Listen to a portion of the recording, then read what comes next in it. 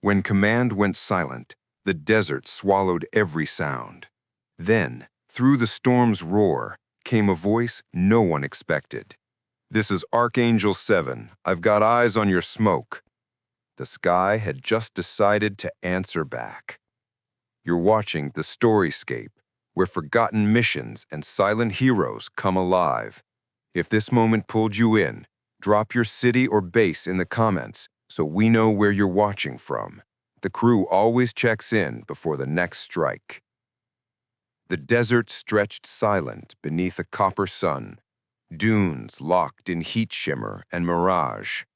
Captain Avery Holt led 4 Marines through a broken gully where the wind carved the sand into waves. Every breath felt borrowed. The storm had eaten the sky, and command's last transmission had cut mid-sentence. "Static again," Diaz muttered, tapping the handset. The radio hissed like a snake and went still. Holt didn't answer. He watched the horizon, wide, empty, deceptive, the kind of silence that waits for movement before it kills. They had lost their convoy 12 hours ago, and the only extraction point left was somewhere beyond the ridgeline, if it still existed. Holt checked his watch. No GPS, no signal, only a ticking reminder that daylight was running out. Mills stumbled beside him, face streaked with dust. "Sir, what now?" "We move. East slope before dark." Kellen, the squad sniper, grunted. "Command'll find us?" Holt didn't look back. If they're still talking. Far above, the air split into invisible layers of heat. Sky, a single gray aircraft skimmed those layers, hidden inside the storm haze. Major Eva Shaw, Archangel 7, had been running silent recon for hours, tracing an encrypted signal that blinked once, then vanished. Every system in her cockpit screamed, no link, no friendlies, but instinct whispered otherwise. Back on the ground, the wind sharpened. Holt lifted his head. Somewhere beyond the ridge came a faint clatter of engines, not their own. He raised a fist. The squad dropped. Through binoculars, shapes moved. Trucks, heavy guns mounted. They were pinned in open sand with no comms, no cover. Mills whispered, "Sir, we need to call it in." "I said the net's dead." Holt's jaw tightened. "We're ghosts down here." He reached for his last flare pistol, weighing it like a confession. One shot might bring rescue, or bring hell straight to them. Some silences are punishment. Others are a test to see who answers first. He fired.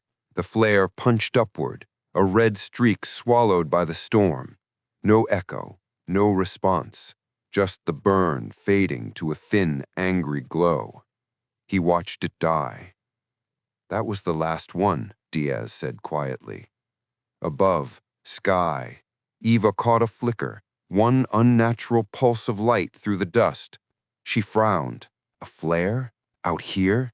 Her radar showed nothing alive. Yet the light felt deliberate, rhythmic, human. She toggled her mic. "Stationed in the blind, this is Archangel 7, reading smoke north of Wadi Sector. Any Marines down there, pop again." Her voice vanished into static. She tried once more, slower. "If you can hear me, hold position. I'm inbound." Ground. Holt froze. The radio spat a fragment. Female, distant, mechanical. Mill's eyes went wide. "Did you hear that?" Could be interference, but his chest tightened anyway. The wind picked up, howling between rocks. Then through the roar, a low tremor crawled under their boots, a pulse deeper than thunder. Kellen's head snapped up. "Sir, that sound." "I hear it." Above, the A-10 descended, dust boiling around its wings. Warnings flared on Eva's HUD. She ignored them. "Archangel 7, visual confirmed. Stay down there, Marines. I'm bringing you a reply. Ground. The noise grew, an animal growl that swallowed every other sound. Mills ducked instinctively. Holt pressed his men into the sand. The flare's smoke tore apart as the shape broke through. Gray metal, low and fast, the kind of silhouette you only see once in your life. Then came the roar, ancient, deafening, final. The ground exploded where the enemy trucks had been. Fire leapt skyward, and for one impossible heartbeat, the desert was brighter than the sun. Holt's ears rang. Through the haze, he shouted, "Everyone down!" Diaz looked up just long enough to see the outline banking away, the wings marked only by sand and ghostlight. The radio crackled again, clear this time. "Archangel 7 on station. Let's finish what command forgot to start." And every man on that ridge realized the sky had just answered back. The desert still trembled long after the fire died. Black smoke twisted against the orange dusk, scattering in the wind like ghosts finally set free. Captain Holt blinked writ from his eyes and tried to understand what had just happened. No comms, no authorization, and yet an A-10 had dropped out of the heavens like judgment itself. Diaz stared upward. "Sir, who the hell was that?" Holt didn't answer. He couldn't. He'd remembered the call sign flash briefly across his half-dead radio screen, Archangel 7, then vanished. He remembered it from somewhere, maybe a roster, maybe a rumor. A pilot listed KIA 6 months ago over the northern corridor. Kellen laughed once, a hard bark. "Guess someone forgot to tell her she's dead." The others didn't laugh. Mills whispered, "So, Command didn't send her?" "Command isn't sending anyone, not tonight." The sun dipped lower, bleeding gold across the dunes. He checked the compass. "We move under dark. She bought us minutes, maybe more." Sky. Eva circled the ridge, watching the burning convoy shrink to coals. Her radio hissed, still deaf to any reply. "Come on, talk to me," she muttered, adjusting the gain. Nothing. The storm chewed every frequency into static. The only thing that carried clean through the air was silence, and she'd been hearing that for a year. Fuel check, borderline, ammunition, enough for one more run. She should have turned for base an hour ago, but something about the smoke below felt wrong to leave behind. Instinct again. The same instinct that had kept her alive when her entire wing vanished on that last mission, when command went silent then too. She keyed the mic anyway. "Archangel 7, to ground unit, confirm survivors. Give me a mark." No reply. Just the low heartbeat hum of the GAAU-8 spinning idle, like it too was waiting for an answer. Ground. The Marines had shifted into a narrow ravine, stacking rocks into a crude perimeter. Diaz rigged chem lights under ponchos to mask their glow. Kellen posted overwatch on a dune, scanning for movement. Holt crouched by the radio, half hoping it would wake up on its own. "Do you really think she'll come back?" Mills asked. "She didn't have to come once," Holt said. "That tells me enough." Diaz exhaled. "So what's the plan?" Holt looked toward the black horizon where thunder rolled without rain. "Plan is simple. We hold. If she's real, she'll find us again. If she's not, then we disappear quiet." Some angels wait for orders. Others listen for what command can't hear. Sky. Eva dropped altitude, skimming barely 100 feet above the sand. Radar screamed terrain warnings. She silenced them with a thumb. Through the canopy, she caught flashes, tiny arcs of muzzle fire. The storm was hiding another convoy moving fast toward the ridge. "You've got to be kidding me," she said. She armed Master. "Archangel 7, engaging unmarked hostiles." Her voice went into a void. The confirmation tone never came. She pressed anyway. The GAA U-8 roared alive, a 30-millimeter sermon that tore the silence apart. She walked the rounds across the lead trucks, explosions chaining through the dark like fireworks made of rage. Ground. The Marines watched from below, light washing over their faces. Kellen shouted over the thunder, "That's her again!" Holt yelled, "Cover the scientist," even though the man they were supposed to extract was half-conscious, terrified, buried under a poncho. The ridge rained sand. Then, sudden stillness. The roar cut mid-note. The echo drifted away, leaving a vacuum that rang in their ears. Diaz frowned. She stopped. Holt lifted the radio. "Archangel 7, if you can hear, thank you." Sky. Eva scanned her panels. Left engine temp spiked, hydraulics whining. A warning blinked red, oil pressure low. The Warthog had taken a hit, fragment or sand ingestion. She couldn't tell. "Not now," she whispered.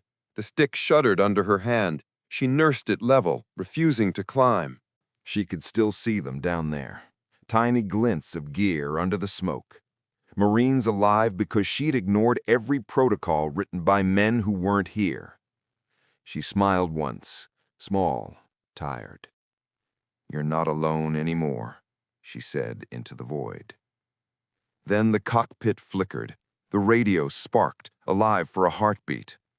"This is Razor Command." And cut. Her stomach dropped. Razor Command? That base was 500 miles east and offline since yesterday. She hit transmit. "Razor, confirm." Static. The sound died completely. The instruments froze. Then, faintly, through the dead channels, a new voice whispered, male, broken, almost human. "Archangel, you're not supposed to be here." Eva's hand hovered over the master switch. "Who is this?" No reply. Below, Holt looked up just as the A-10 banked sharply, trailing smoke. "Something's wrong with her," Diaz shouted. The next moment, the engines coughed, sputtered. Then silence. Only the wind spoke now, and it said nothing anyone wanted to hear. Night didn't fall. It collapsed. The desert cooled from fire to iron, and every dune turned into a shadow that could kill. Holt's Marines crouched inside their shallow perimeter, faces streaked with the ash of burned vehicles. The scientist they'd come to extract was shaking uncontrollably, whispering coordinates Holt already knew were useless. Diaz twisted the antenna toward the east. "Still dead, sir." Kellen said nothing. He was cleaning his rifle with ritual precision, like calm could be manufactured from motion. Mills watched the horizon, every nerve straining for the sound that had vanished with the plane. Holt forced himself to speak low. "She hit them hard, but they'll regroup. We stay silent. No light, no shots." He wanted to believe she'd survived that last dive. But the sky was a tomb again. Dark, mute, endless. Sky. Eva Shaw wrestled the stick with both hands. The left engine coughed black smoke, gauges dancing. She cut throttle, coaxed the bird level. "Stay with me, old girl," she murmured. The Warthog had saved her once in Afghanistan, when command left her hanging over a canyon with a failing turbine. She'd promised the aircraft then, "If we go down again, we go together." Her HUD blinked a ghost signal. Infrared tags flickering below. The Marines' position. They were still alive. Good. Now let's make sure it stays that way. Ground. A rumble built in the distance. Holt stiffened, recognizing it. Not jets this time, but trucks regrouping. The enemy had realized the strike came from air and was now sweeping the ridges to find survivors. Kellen took the first shot, muzzle flash brief as a blink. The convoy halted. Return fire stitched the sand around them. "Suppressive only," Holt shouted. "We can't waste rounds." Mills screamed, "They're flanking!" Holt dragged him behind the rocks. "Hold your line!" Tracer fire licked across the night, red threads vanishing into smoke. When command forgets, some soldiers write their own orders in fire. Eva switched to night vision. The ground erupted in bursts. She could see their muzzle flashes like desperate Morse code. Her targeting pod tracked the approaching enemy column, but the data link was corrupted. No radar lock, no GPS. She'd have to fly by sight and instinct. She pulled a deep breath, rolled inverted, and dropped into the canyon like a thrown blade. Altitude, 600 feet. Range, close enough to feel the gun kick through bone. Her thumb hit the master arm. The GAU-8 barked once, then sustained, that unmistakable burr tearing through night like the sky screaming back at everything below. Ground. The Marines ducked. Air turned into thunder. Streams of fire walked through the convoy, ripping trucks apart. The shockwave flattened their smoke and their fear alike. Diaz shouted over the blast, "It's her! She's still flying!" Mills laughed and cried all at once. Even Holt allowed himself half a smile, teeth dusted white by falling sand. But joy turned fast. One of the wrecked trucks detonated, chain reacting into a fuel rig.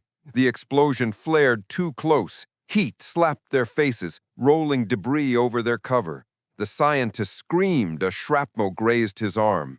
"Move!" Holt grabbed him, hauling into the ravine as the blast lit the sky again. "Get down!" Sky. Eva's cockpit flashed warnings. The detonation hit her slipstream, rattling the fuselage hard. "Too close," she hissed, pulling up. The left engine sputtered, flamed out, caught again. She climbed to 900 feet, breathing through gritted teeth. "Come on, come on." She reached for the radio. "Ground team, Archangel 7, status." Static. Then, faintly, Holt's voice came back, clipped by interference. "We're alive. You bought us a minute." Eva exhaled a laugh that wasn't joy, but relief turned fragile. "Copy that. Minutes all I need." Ground. They regrouped in the ravine, coughing through smoke. Kellen reloaded. "She hit him clean, but we're still boxed in." Holt wiped blood from his cheek. "Then we move while they can't see." Diaz's eyes caught a glint in the darkness, metal moving. "Sir, they've got reinforcements." Sky. Eva banked for another run. The Warthog shuddered, one engine bleeding flame. Her radar suddenly lit with new contacts, anti-air units. Someone had called in heavier support. "They brought toys," she muttered. "Fine." She armed her last pair of rockets. For command silence, and for the ones who still answer. The targeting reticle flashed green. She dove. The horizon spun, the ground rising fast. A missile trail burst upward from the dunes, a white lance cutting through the dark, straight toward her belly. Eva's eyes widened. Incoming! And below, Holt looked up in horror as the flare of that missile painted his team in sudden blinding light. The desert held its breath again, waiting to see if the sky would survive its own answer. The missile tore upward, carving the dark open like a wound. Eva banked left, yanking the stick until the horizon flipped and vanished beneath her. The G-force slammed through her chest, her breath ragged in the mask. Alarms wailed. One engine coughed flame, then caught again. She released a flare pack, bright magnesium suns falling behind her tail, each one a desperate prayer to physics. The missile bit one of them and bloomed into white fire that shook the night apart. The Warthog rolled hard, wings rattling but still holding. Down below, Holt and his men watched the explosion stain the clouds and thought they'd just seen her die. Diaz cursed under his breath, hitting the radio like it owed him a miracle. "Archangel, do you copy?" Nothing, only the storm's breath and the faint metallic ping of cooling brass. The scientist sobbed quietly in the dark, cradling his arm. Holt laid a hand on his shoulder, firm, brief, enough to pull the man back from panic. You keep breathing. She's not gone. Not yet. Above, Eva steadied the aircraft, sweat rolling cold along her spine. The left hydraulic gauge fluttered near failure, but the stick still answered like an old friend that refused to quit. She could almost hear the engines whispering through the vibrations. We're still here. The radio blinked once and sparked with a fragment of a voice. A-10, repeat last transmission. She frowned, twisting the frequency knob. Razor command, confirm identity. Static swallowed it whole. She leaned back in the seat, eyes closing for half a second. That call sign, Razor, was supposed to be silent. The base had gone dark months ago after the airfield bombardment. Maybe it wasn't command at all. She opened her eyes. Whoever's playing Ghost, I'm not scared of the dark. Her hand moved automatically across the panel, resetting weapon safeties. She needed one more pass to clear the way for the Marines. One more strike. The altimeter rolled past 1,000 feet as she turned back toward the ridge. On the ground, Holt's squad regrouped along the ravine edge, watching for movement through night vision goggles. The battlefield looked like another planet, craters glowing faintly, dunes still smoking. Kellen pointed toward the distance. They're moving again, sir. Smaller group, trying to flank west. Holt nodded. They learned fast. We'll have to be faster. He scanned the sky where the last fire had burned out. Empty. He hated empty skies. Sometimes the dead don't answer because they never left. Holt gathered his men close, voice low but solid. We move now. 2 clicks east to the extraction ridge. If she's alive, she'll see our heat and cover us. If not, we dig in and wait for sunrise. They moved like shadows, boots crunching the glassed sand left by the explosions. The scientist stumbled. Mills caught him, slinging his arm around his shoulder. Above them, Eva descended through the haze, reading her instruments by feel more than sight. Every sensor screamed fault. Every alert begged her to turn back. She ignored all of it. She had a team down there, nameless, faceless, but she'd seen their flair. In her world, that was enough to fight for. She lined up for the next run, arming her last payload. The ground radar painted a cluster of moving returns closing on the Marines. "Got you," she whispered. "Not tonight." Her thumb brushed the release. Rockets streaked away, tails cutting silver through the dark. Impacts rolled one after another, each detonation flashing against the storm like camera shutters from the gods. Below, Holt felt the ground tremble again. "That's her!" Diaz shouted. The Marines dove into the dust as the enemy line vanished in a rain of debris. For a second, the world was all light and thunder, and then only silence. When the echoes died, Holt raised his head. The sky above the ridge was clear now, the storm thinning. Through the faint glow of fire, he could see her plane banking out to the west, one wing dripping a trail of smoke that glowed faintly red. He reached for the radio. "Archangel 7, you're clear. Pull back. You did enough." The response came quiet, almost tender. "Negative, Captain. We don't leave ghosts behind." Holt froze. "How the hell does she know my rank?" Diaz looked at him, confusion sharpening into realization. "Sir," she said again, "maybe she's—" A burst of static cut him off, but through it a second voice bled in, older, tired, official. "Archangel 7, this is Razor Command Actual. Abort your run. You are not cleared for that sector. Repeat, you are not cleared for that sector." Eva's brow furrowed. "Razor Command, your signal is impossible. You were destroyed." "Stand down, 7. This isn't your fight anymore." Her hands tightened on the stick. "It's mine until they're home." Below, the Marine stared up at the faint silver cross disappearing into cloud. Holt felt the weight of something he couldn't explain. A voice talking to a ghost, or maybe through one. He didn't know which possibility scared him more. High above the desert, lightning cracked within the storm. For an instant, the flare illuminated the Warthog's fuselage, and the insignia beneath the cockpit wasn't current. It was the old squadron mark from a unit disbanded 5 years ago. "Sir," Diaz whispered, staring at the sky, "that can't be real." Holt didn't answer. He just watched the storm close over the light again, and for the first time, he wondered whether the thing flying above them was saving them or finishing what death had started. The wind turned colder as the night deepened, carrying the sour smell of burning fuel. Holt's team moved fast across the flats, boots sinking into soft ash where trucks had burned to skeletons. The scientist stumbled again. Mills caught him, hauling him forward without breaking stride. "Sir," Diaz panted, "you think she made it?" Holt didn't answer. He couldn't afford to believe in ghosts yet. Far above, what was left of the storm glowed faintly. One faint streak moving through it, steady, stubborn. Archangel 7 was still alive.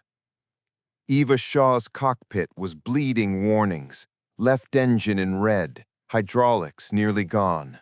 The Warthog rattled like an old lung ready to burst, but she coaxed it level. Below her, faint heat signatures crawled east. 4 Marines, 1 civilian. "There you are," she whispered. "You kept moving." Her comm flickered to life. Holt's voice came through, distorted. "Archangel, if you're up there, we're pinned." "Copy that," she said, eyes narrowing. "Hold your ground." Tracer fire sliced the dark around the Marines. The enemy convoy had regrouped, pushing over the dunes, headlights bouncing. Holt shoved the scientist behind a rock. "Return fire, short bursts." Above, Eva flipped the master arm. The radar was blind, so she aimed by instinct, trusting angles and memory.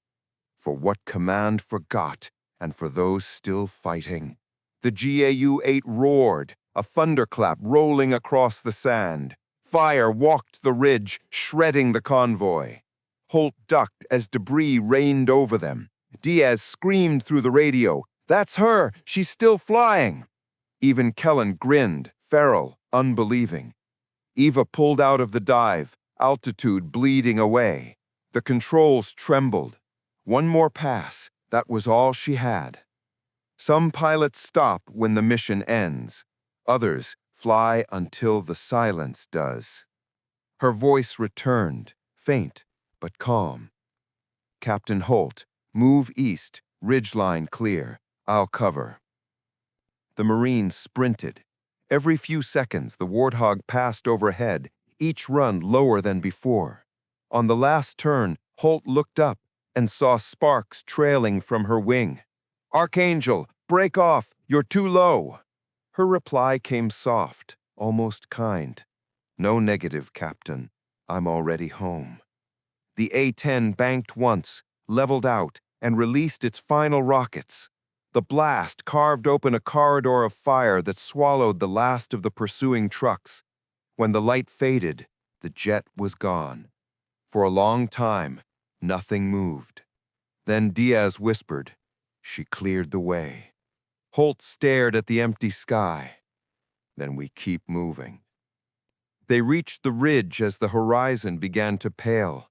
Behind them, the desert glowed with the fires she left behind, markers of a war fought without orders, without permission, only purpose. Holt lifted the radio once more. "Archangel 7, mission complete." The handset clicked twice. No voice, no static, just a signal that meant heard. Holt turned east toward the first light of dawn. For a moment, he thought he saw something glint.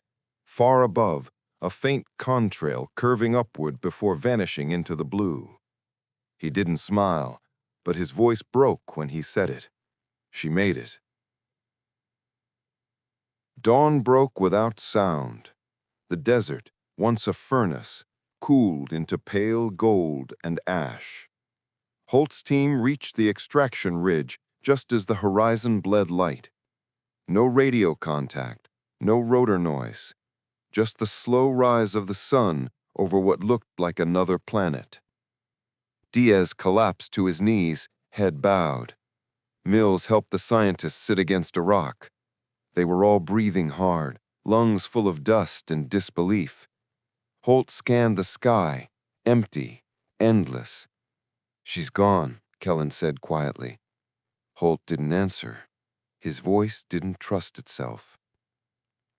A crackle startled them. The radio flared alive for a single second. 2 short pulses, 1 long.